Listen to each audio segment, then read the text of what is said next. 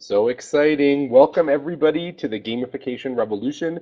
I'm your host, Gabe Zichermann, and we're here with the amazing and incomparable Elise Olding from Gartner Group, one of the preeminent experts on the subject of gamification, engagement, and the enterprise. Hi, Elise. Welcome.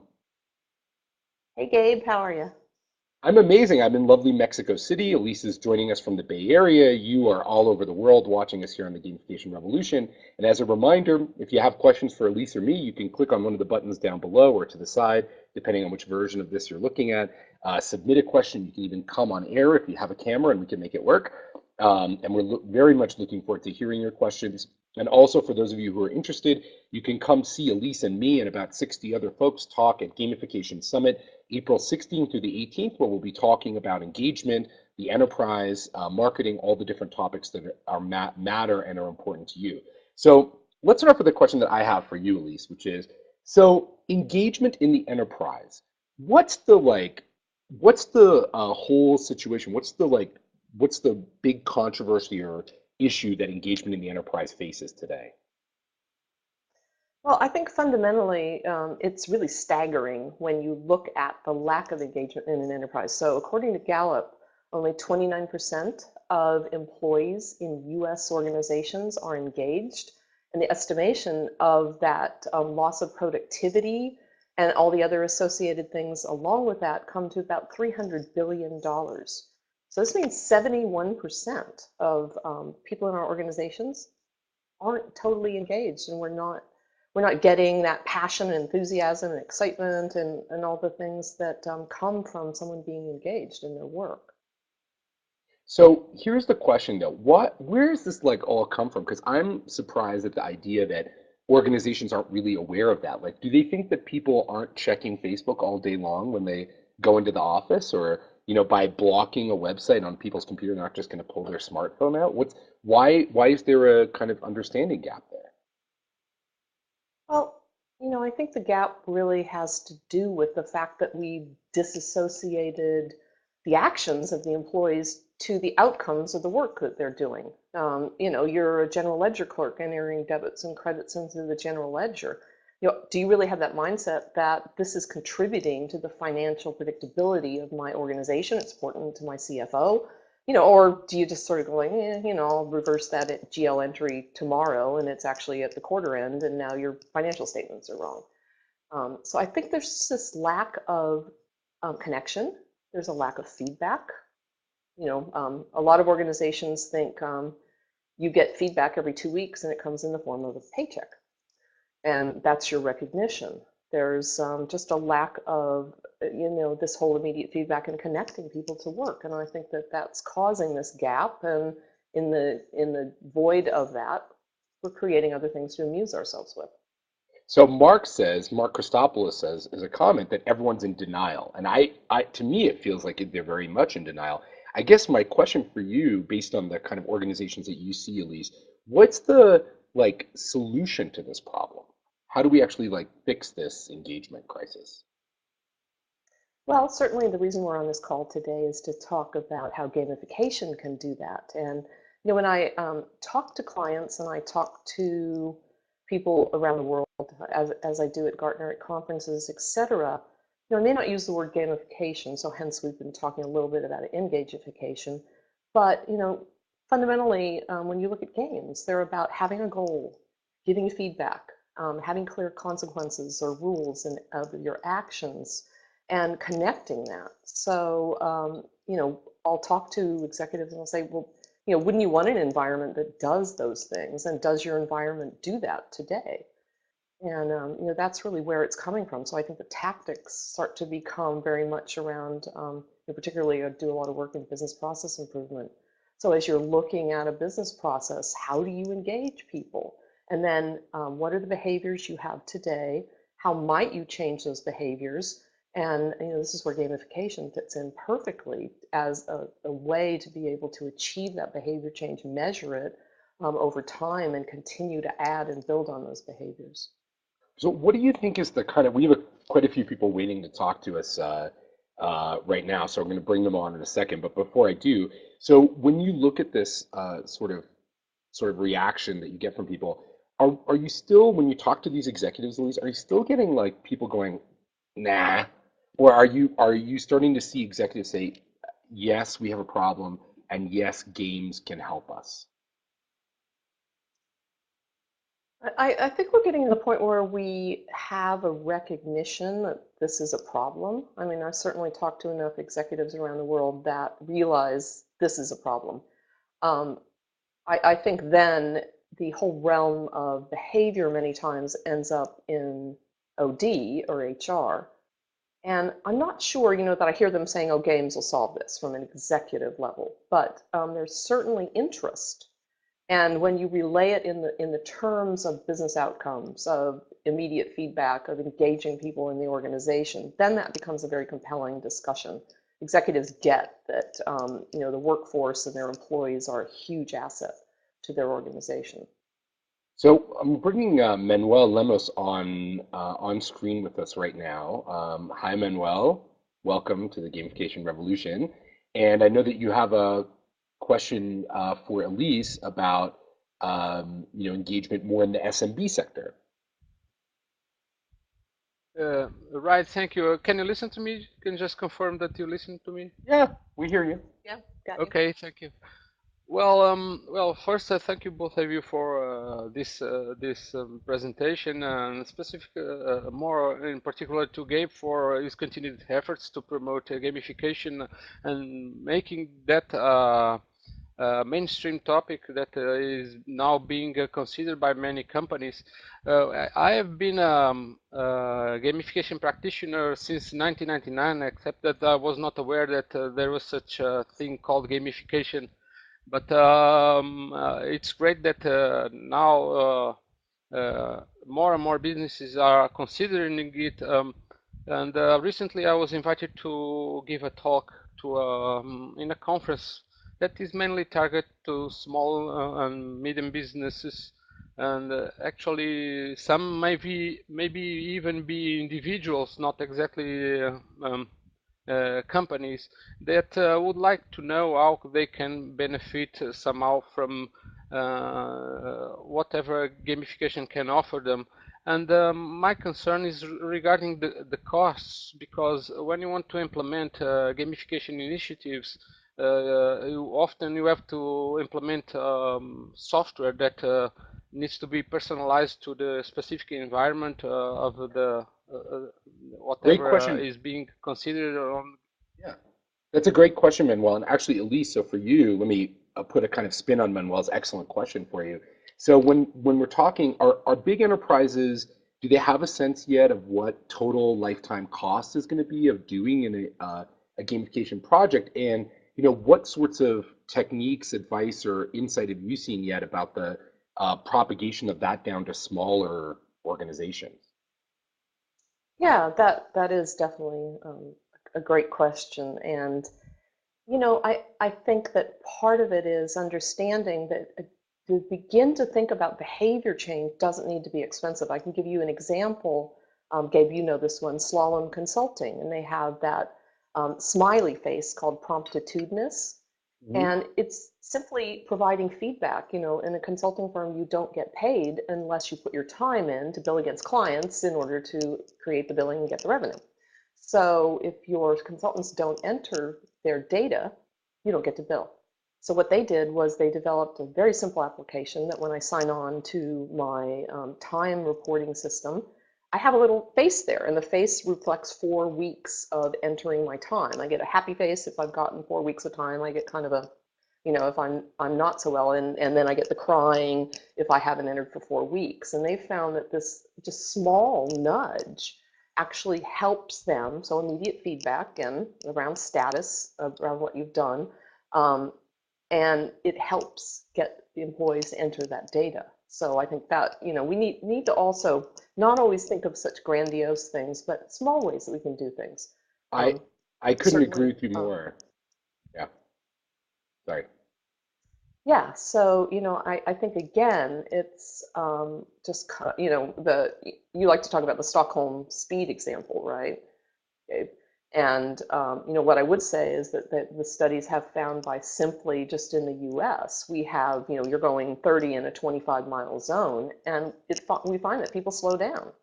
So again, behavior change doesn't need to be a big bang. I think what we need to start doing is, as we're looking at work in our organization, consider, is behavior a blockage to achieving the business outcomes we want? How can we start understanding those behaviors? How's that behavior tied into the tasks and actions that we're doing? And are we even beginning to do some simple things like tying that to outcome, giving employees feedback about where they are, enabling them to understand their status and progress against others, maybe where they rank, some very simple things. And I think you can build from there. Not a lot of us have experience in behavior, so we need to start small. Right. Thank you so much, Manuel. Thanks for your question. I really appreciate it. Thanks for coming on.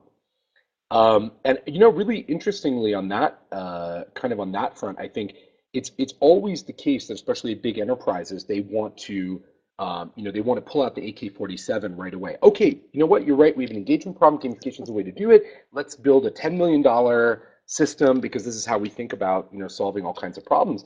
But it sounds like you're advocating for a more agile approach to that, even in the largest companies. Is that true? Yeah, I mean, just like anything, when you don't have the expertise, and you're going to have to look at metrics. You've got to plan for iterations. You're really dealing with behavior, which a lot of us just, you and I happen to be better at that, but a lot of people in IT and in organizations aren't very good at doing that stuff. So you've got to start somewhere, and you also don't want to do it in a way that's going to be risky for your organization. Yeah, that's I think that's really sort of that I think that's a sort of obvious point, but I'm sure we see a great deal of conflict around that. So a kind of related question to this from Tiago, and for those of you just joining us, you're on the Gamification Revolution with me, Gabe Zichermann, and our guest, amazing, brilliant analyst, Gartner analyst, Elise Olding, who's one of the first people to be looking at gamification in a enterprise and engagement context. And so this question from Tiago, thanks so much, Tiago. Have we really seen organizations yet creating specialist gamification kind of groups to address the problem, or are we still seeing it from where you see it? Are we still seeing it as kind of a tactically within these different areas like sales, engagement, HR, marketing, and so on? Yes, there are some companies that are approaching it from a more holistic perspective as a practice. So one in particular is NTT Data. They actually have a behavioral scientist who leads the area along with a game designer and user experience. So, I think that's a great way to get more holistic about it and very serious in your organization. Again, as you're doing transformation work or business process improvement, it's a great opportunity to begin looking at stuff. HR departments are also looking at deploying things, particularly in the learning areas where we're seeing a lot going on. Health and well-being areas are ones that are being exploited right now within the enterprise again. So, Um, it's a mixed bag. I'd say it's more nascent to have a large organization.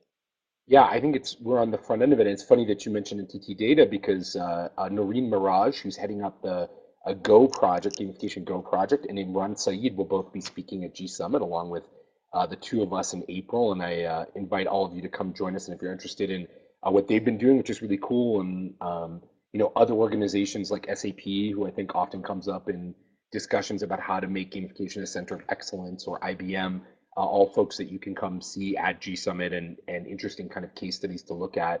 I'd say we don't have a ton of case studies yet from products oriented companies, right, where they've become experts in gamification versus the consultancies or the big kind of BPM type organizations, right? Yeah, I mean, one of my very favorite examples is Not Your Average Joe's. And it's a small chain restaurant of 14 restaurants there on the East Coast. And what they've done is that, when you think about a restaurant, you don't want to throw food away. It's really important about service. You're competing in a small market. And it's very easy for your wait staff to become disengaged. So how do you engage them? You give them feedback.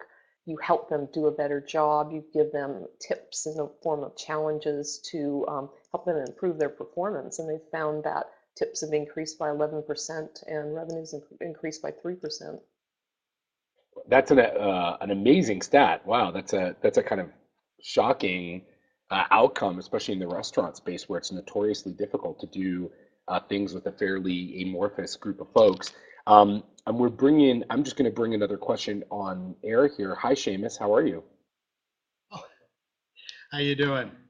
What's your Hear me? question? Yeah, we can hear you just fine. What's your question for me and Elise?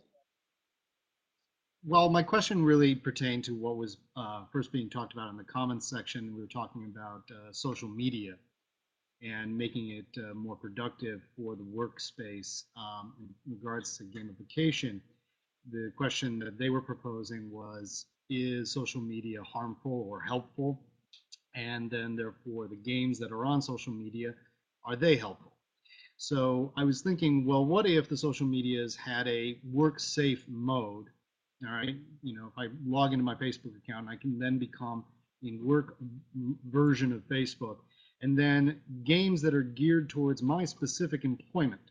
So if I'm in marketing, now I'm giving games in Facebook's work safe mode that are geared towards, having fun and interacting with fellow employees either at my company or other marketing people at other companies that my employer says, okay, they're not in competition with us, but I'll allow you to socialize in this way because it's bouncing ideas off that are going to ultimately, improve the chances for our company to compete, and it keeps my employer happy because they're socializing, but they're socializing in a productive, Constructive way. problem-solving fashion.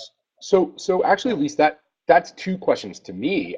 The first one, from your perspective is what about these kinds of social interactions or maybe more gamified social interactions that maybe even veer towards explicit games in the workplace? Are we seeing any of that? What's the place for those?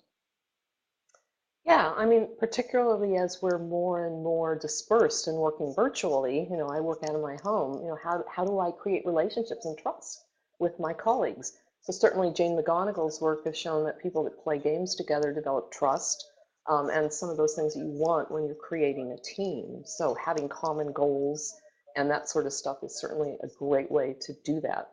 And let's face it, 20, 30 years ago, what executive didn't have a little putter and golf, ball in their office and practice? We all need a break now and then. So, this is just really part of us taking a break. And if we can do it in a way that creates collaboration, that creates trust, that creates teaming, ideas happen, innovation happens, it's just a win for everybody. I think that's great. And one example that you might want to look at, Seamus, which is a little bit different from I think your big vision of that is Sun Microsystems has a kind of onboarding game that they play when new employees come on board inside the company. And it's much more an explicit game. It's designed much more like an explicit game, rather than being rather than just being a sort of generic kind of interaction experience. And apparently, according to them, certainly it's been a really big win. Thanks so much for your question, Seamus. Appreciate it. Nice to see you as always. Um, so we have lots of questions lighting up the board here. One question that comes here from Mark Christopoulos, and Mark, thanks for all the comments. And there's been a really robust discussion, as Seamus alluded to, in the chat today about incentives, social interactions, and so on, which relate to our discussion. So Mark's question is really about changing executive behavior and changing their opinion. Now, your whole MO is to think about the future and what executives need to know, right? And what organizations need to know, and how they transform themselves into more nimble companies in your work at Gartner and as an expert. What sorts of techniques, what sorts of things are you seeing that are really changing opinions, changing behavior? How do we do that with the executive team? Well, I think more and more they're realizing that our tools and technologies aren't necessarily getting us the value that is thought that they would do. And the full circle is starting to come around where they're realizing it's something in our organization. And again, I can't say that I get that many executives calling me saying, I've got a problem in my communication, and I know that it's trending upwards. I would say that. Um, and what is really resonating now is the cognitive neuroscience work, being able to sit down with an executive and talk about David Rock's SCARF model. We're driven by status. Are you threatening people's autonomy with this new technology? And let me explain to you what's happening when you're implementing this technology and you're telling people, oh, by the way, you're going to learn new stuff and you're going to use social media to share everything you know with everyone in the organization. And you're thinking like, God, I'm not an expert anymore. I'm losing, what was my edge in the company. So, I think that this whole thing around behaviors is coming full circle, and we're now able to explain it, which is helping a lot. Isn't like cognitive neuroscience, I mean, I know this makes me sound kind of old, but isn't the kind of cognitive neuroscience, behavioral economics school of incentivization, which I think is a great way to, or negotiation for engagement, it's a great way to put it. Isn't this really just the like organizational behavior, the OB world of the past, the psychology being repackaged in a new way, or is there something different? Well, you and I have talked about this, Gabe, and I have a degree in psychology from UC Berkeley. What's different, though, is that I can now, so let me give you a real specific example. I was talking to a client yesterday, and I said, I've always known for the last 25 years that success stories change the way something gets received in my organization. And part of, what I need to do is I'm looking at behavior changes, bring those success stories, Gabe did this. This is what happened. This is the result of that. Here's the kind of lessons learned from that. But the difference is, intuitively I knew that. Intuitively you knew that. We knew from our psych studies and things. But now I can actually talk about how that vicarious experience creates a neural pathway in my brain that helps me change my behavior. And I have neuroplasticity into my 70s. So, change resistance is a myth. And as a leader, you've got to step up to the plate. You've got to understand how you are accountable for behavior in your organization. And not only that, but the fact that we have mirror neurons in our brain, if I go and tell my organization that I'm believing this is going to happen, and inside my head I'm going, no, no, no, no, no, my mirror neurons are going to trigger that emotional response in the people there. So it's a whole different way of understanding how to lead with the brain in mind.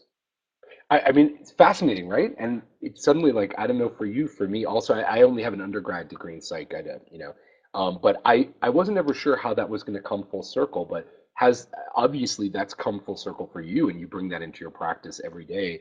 What is it that mostly when folks hire you to come in and talk about this topic, what is it that they're really looking for from you? What kind of leadership are they looking for from you?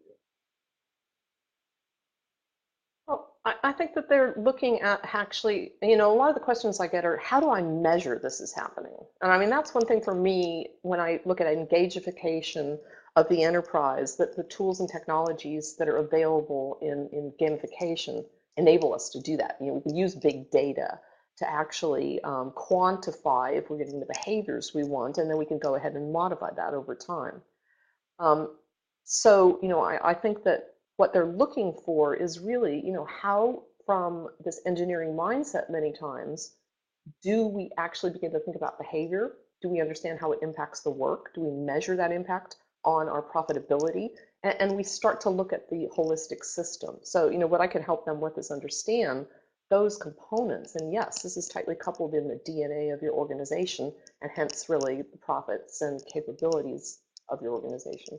It's so fascinating, and I know that you're going to have a lot to say about it. Another at G Summit, another speaker at the conference, and also past year speaker that you might want to check out for those of you interested in the neuroscience around engagement and gamification. A woman by the name of Andrea Kushevsky, whose actual specialty is specifically in that topic, and she gives a blockbuster talk every time talking about latest issues in the neuroscience of engagement gamification. One of my favorite talks. A question from Patrick, kind of a long question. Thanks for this, Patrick, and also from the folks using P2P here, same question. And more or less like actual examples of gamification at work that you think are, really good case studies that you like to lead with, that you like to talk about, and how, as you've talked about, kind of the case study and mirroring models. What are some gotchas about using case studies, or what are some case studies that you particularly like to talk about?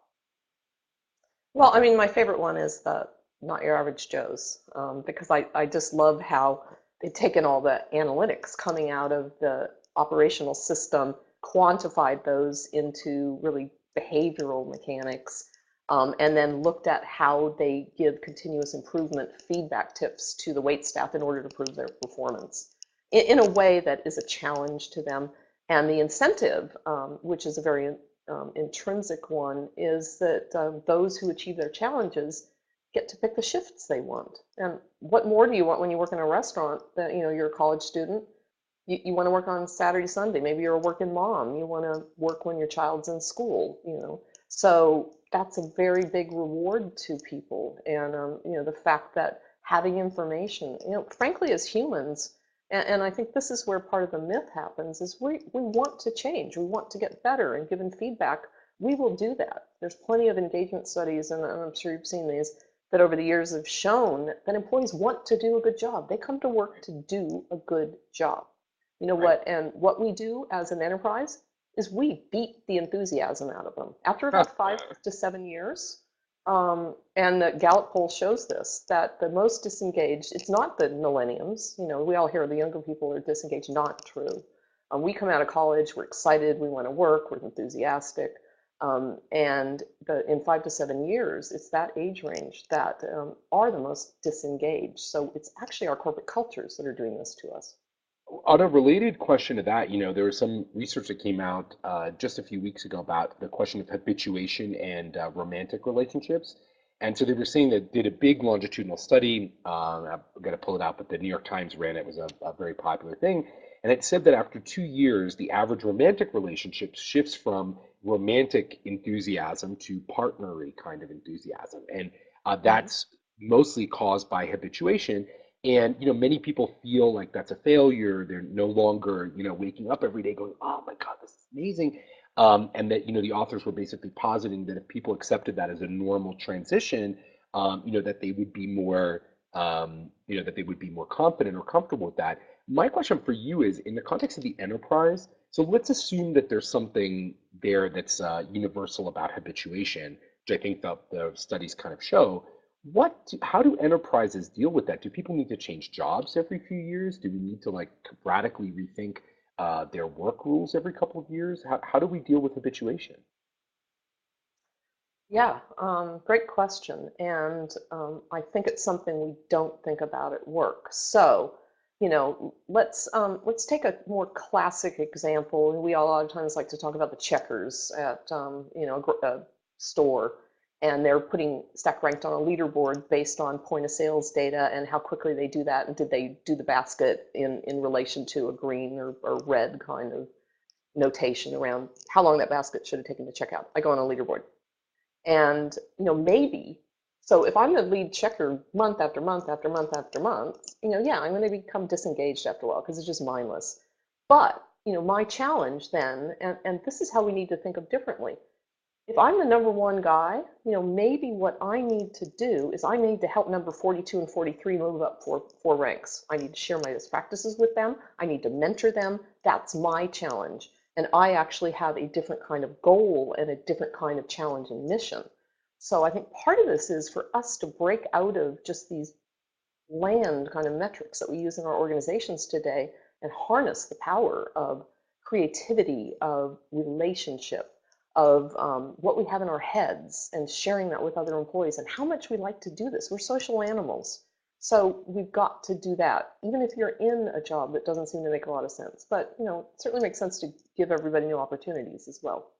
So, I mean, we're setting the bar. I mean, to be honest, and I love this, right? I like being optimistic and I like driving forward. But from your work with all these enterprises at Gartner, you're setting the bar really high. When you go in and talk about this, most organizations are still in, 1870, trying to get people just to do the same job at the same level of consistency day in, day out, day after day. What's it going to take to get them to start seeing the kind of long-term, kind of autonomy, mastery, purpose, sort of Dan Pink drive view of the world, which to me, as much of an optimist as I am, I feel like we're so far away from that in practice. What's it going to take for the enterprises of today to wake up to that and start giving people that purpose? Well, part of what I talk about with clients too, Gabe, is the fact that we have a lot of stuff. We've got Employee of the Month. We have signs in our factories that say 435 days without an accident. There's tons of stuff. You know, we look around, there's status symbols, there's awards, there's achievements. There's stuff sitting around all over the place in our organizations. So it's a matter now of saying, don't make those random events. You know, really weave that in. One of my favorite stories is one of my colleagues talks about a CEO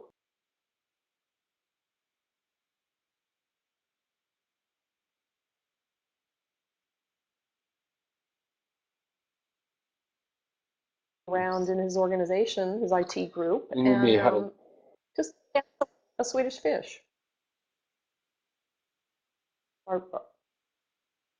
We're breaking up here. yes, Are I you know. okay? I'm sorry, Elise. I want to hear that again. I didn't actually get a chance to hear your example. I lost you at one of your Oh, okay. colleagues. Yeah. Okay. There's a CIO, and he would buy a pound of Swedish fish, the little jellies. And his recognition was to go out into his IT department and give an employee one of these Swedish fish. It's sort of a cultural kind of thing, right? Didn't cost him anything. It was the recognition. And they would be so thrilled that the CIO came and acknowledged something they did specifically and gave them a little award, even though it was a little, Swedish fish. So I think we can start somewhere. You know, I just don't think there's enough executives that know what their employees do and reward them authentically for that. And I think that that's a brilliant and incredibly insightful place to end today's episode of the Gamification Revolution. You can come here, Elise, talk about that subject in greater detail at G Summit along with me and lots of other folks. It's gsummit.com. It's April 16th through the 18th in San Francisco, where I know that you're going to deliver an amazing, blockbuster enterprise talk that we are all very much looking forward to hearing. And in the meantime, you can follow Elise on Twitter. She's at Elise Olding. And look at her work at Gartner.com. And I look forward to seeing all of you next week for another episode of the Gamification Revolution. In the meantime, thanks everyone and keep having fun. Bye, Elise. Bye.